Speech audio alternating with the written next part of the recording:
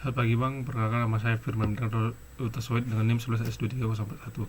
Di sini saya ingin menjelaskan tentang praktikum yang ke-6, di mana dalam praktikum ke-6 ini kita akan melakukan praktikum yang namanya adalah adversarial search. Di mana dalam praktikum ini kita harus melakukan pembuatan tic-tac-toe 5x5. Dan juga kita akan mengetahui apa itu adversarial search, algoritma minimax. Nah, dalam ini kita akan melakukannya untuk pembuatan AI yang untuk lawan saya seperti itu. Nah, di sini kita melakukan dasar teori singkat dulu. Nah, dasar teorinya adalah permainan ini zero sum, di mana kita akan bangun adalah keuntungan satu pemain setara dengan kerugian pemain lainnya. Misal, jika aku menang, aku akan mendapat +1. Jika berarti yang kalah akan mendapat -1. Jika keduanya seri, maka akan draw. Jadi kan 0-0 -1 tambah 1 jadinya 0, setara, sama dengan seperti itu. Dan juga algoritma ini akan memilih langkah optimal, dan juga dimana kita akan sebagai max dan juga min sebagai pemainnya, seperti itu. Kita akan membuat max tersebut.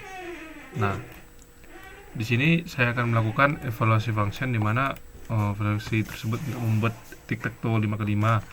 Nah, dia akan memperoleh dimana kita akan pembuatan logikanya ataupun algoritmanya akan menghasilkan evaluasi function, dimana akan mencari branch yang kemungkinan yang akan datang untuk mengurangi ataupun mengurangi apa sebenarnya langkah yang optimal yang dibuat, seperti itu.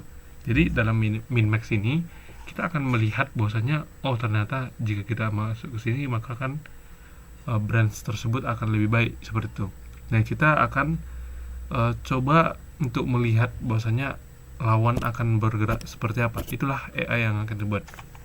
Nah, di sini coba kita lakukan pengaturan pertama, lingkungan pertama. Itu di sini sudah ada codingannya, di mana kita akan membuat chordboard dulu terlebih dahulu. Di sini akan ada pembuatan dari tic-tac-toe-nya, berapa size-nya, seperti itu. Dan juga coba kita lihat dahulu. Nah, di sini pemain max adalah AI dan juga manusia sebagai X-nya. Jadi kita akan membuat agent kita. Nah, di sini untuk check win, board dan player akan seperti logika pada umumnya jika bersasnya win condition -1, seperti itu. Nah, sini tujuan dari function ini sudah saya jelaskan dalam laporan saya yang sudah saya buat. Nah, di dalam laporan tersebut saya telah melakukan analisis tentang misal. Nah, di sini sudah saya buatkan laporannya, di mana kegunaan dari function tersebut. Di sini ada create board untuk membuat papan, check win untuk mengecek apakah pemain tertentu X atau 0 sudah menang. Nah, diceklah bahwasanya 5 simbolnya harus ada gitu di sini. Ini untuk pengecek horizontal, vertikal, diagonal, kiri ke kanan bawah, dan juga ini kiri ke bawah. Akan dicek terlebih dahulu. Jika ada boardnya full, maka akan bahwasanya selesai, hasilnya seri. Jika get empty-nya score dan juga score line, seperti itu. Oke. Nah, di mana sih minimax-nya berada? Ini minimax yang berada. Nah, minimax ini berada pada saat kita melakukan pengecekan branch-nya. Jika is maximin best score min ENF, ini artinya infinity. Jadi infinity artinya bahwasanya ternyata base score-nya itu berada di minus infinity. Kita lakukan dia base score itu kita isikan dengan infinity, seperti itu.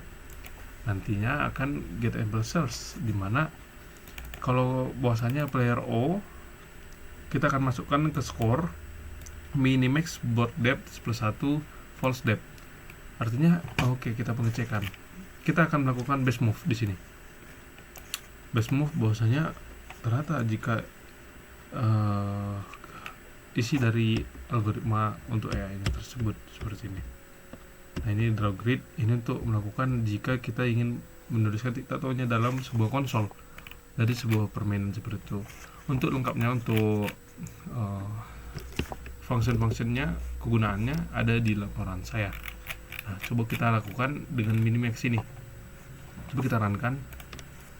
Oke, kita akan bergerak sebagai max atau min, dan juga si lawan kita ataupun komputernya akan menjadi max, dimana dalam komputer tersebut ingin ngecek apa saja sih peluang kita memasukkan, melakukan branching, dia melakukan tree. Misal kita pilih X, oke, maka jika dia memilih kolom 3,3 atau dalam aslinya yaitu 2,2, dia bakal melihat bahwasanya kolom 1,3 itu aman. Jadi karena ini masih di awal, semisal karena dia mengeceknya branch, dia langsung ngeblok bahwasanya jika X tersebut pilihan terbaik berada di jalur yang benar, seperti itu. Makanya di sini dia ngeblok satu baris kita. Semisal aku mau pindah ke sini, nah dia juga ngeblok satu aliran kita, seperti itu. Dia coba gagalkan tujuan kita. Jika kita buat sini, dia coba untuk ternyata saya akan ngegagalkan ini. Misal tidak ada yang aman. Tapi jika kita pilih ini, pasti dia akan memilih lingkaran di kolom 35. Kenapa? Karena dalam min-max tersebut bahwasanya itu adalah algoritma yang paling optimal. Nah, di sini 0. Nah, coba kita lakukan agar kita menang. Coba kita hanya ini aja yang bisa kita lakukan, atau yang ini kita buat ini. Maka dia akan ngeblok sisi ini. Coba kita lakukan ini, dia ngeblok sisi yang mau kita buat. Dia ngeblok, dia ngeblok dia agar kita tidak menang. Jadi berapapun yang kita buat mungkin saja seri. Kenapa? Karena lebih baik daripada kalah, seperti itu. Oke, coba kita bikin dia menang. AI win, great disaster. Oke. Sekian dari hasil presentasi saya untuk permainan tic-tac-toe ini. Nah, sebelumnya saya juga melakukannya dalam kode yang lain, dimana di sini based in console, ataupun bisa disebut dengan dalam konsol Jelly saja yang saya buatkan. Nah, seperti ini. Nah, kita masukkan baris, misal 1 itu. Tapi tadi udah ada untuk advanced dalam versi UI-nya. Di sini juga saya mencoba apakah bisa support di Jupyter, seperti itu. Ternyata tidak support karena ini ada memiliki interaksi, jadi itu kurang support untuk Jupyter sendiri. Jadi kesimpulan dari ini, karena kita telah melakukan ini, kita telah mengerti apa sih itu arti min-max sebenarnya. Jadi jika kita menggambarkan dalam kasus, bisa kita tahu atau juga kita coba lihat bahwasanya inilah hasil min-max tersebut, seperti itu. Berarti jika player ini melakukan ini, maka peluang yang lebih baik kita akan pilih ke kotak ini, seperti itu. Jika melakukan reaksi kemudian, kita akan bereaksi lagi untuk menutupi celahnya. Itulah kegunaan dari Python ini. Jadi sangat sulit untuk mengalahkannya. Sekian dari hasil presentasi saya. Jika ada kesalahan kata mohon dimaafkan. Terima kasih.